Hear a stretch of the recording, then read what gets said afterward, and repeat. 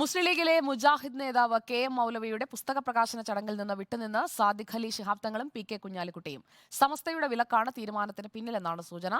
സാദിഖ് അലി തങ്ങളുടെ സ്നേഹസദസ്സിൽ ജിഫ്രി മുത്തുക്കോയ തങ്ങൾ പങ്കെടുക്കുന്നതിലും അനിശ്ചിതത്വം തുടരുകയാണ്. VS രഞ്ജിത്ത് നൽകും കൂടുതൽ വിവരങ്ങൾ. VS രഞ്ജിത്ത്, ഇപ്പോഴത്തെ സംഭവവികാസങ്ങളുടെ ഒരു അടിസ്ഥാനം നമുക്ക് മനസ്സിലാക്കാൻ കഴിയുന്നത് എന്താണ്?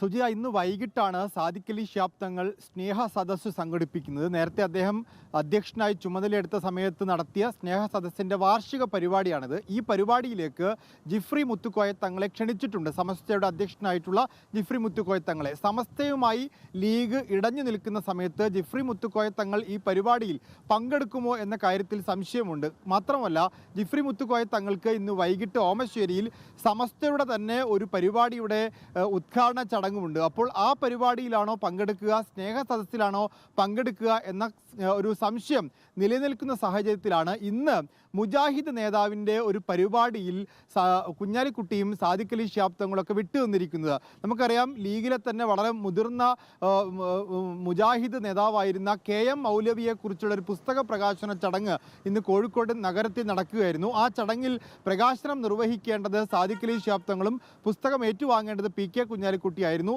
ഇവർ രണ്ടുപേരും ആ ചടങ്ങിൽ പങ്കെടുത്തില്ല. പകരം ലീഗിനകത്തുള്ള ET മുഹമ്മദ് ബഷീറും PMA സലാമിനെ പോലുള്ള പ്രമുഖ മുജാഹിദ് നേതാക്കൾ മാത്രമാണ് പങ്കെടുത്തിട്ടുള്ളത്.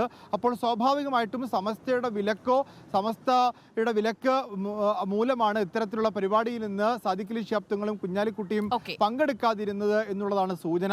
ഏതായാലും ഇന്ന് വൈകിട്ട് നടക്കുന്ന പരിപാടിയിൽ ജിഫ്രി മുത്തുക്കോയ തങ്ങൾ പങ്കെടുക്കുമോ എന്ന കാര്യത്തിലും സംശയം നിലനിൽക്കുകയാണ്. വരും മണിക്കൂറുകളിൽ ഈ സംശയം മാറും, വ്യക്തമായ ഒരു ഉത്തരത്തിലേക്ക് എത്തുമെന്ന് നമുക്ക് പ്രതീക്ഷിക്കാം. VS രഞ്ജിത്താണ് വിശദാംശങ്ങൾ പങ്കുവച്ചത്.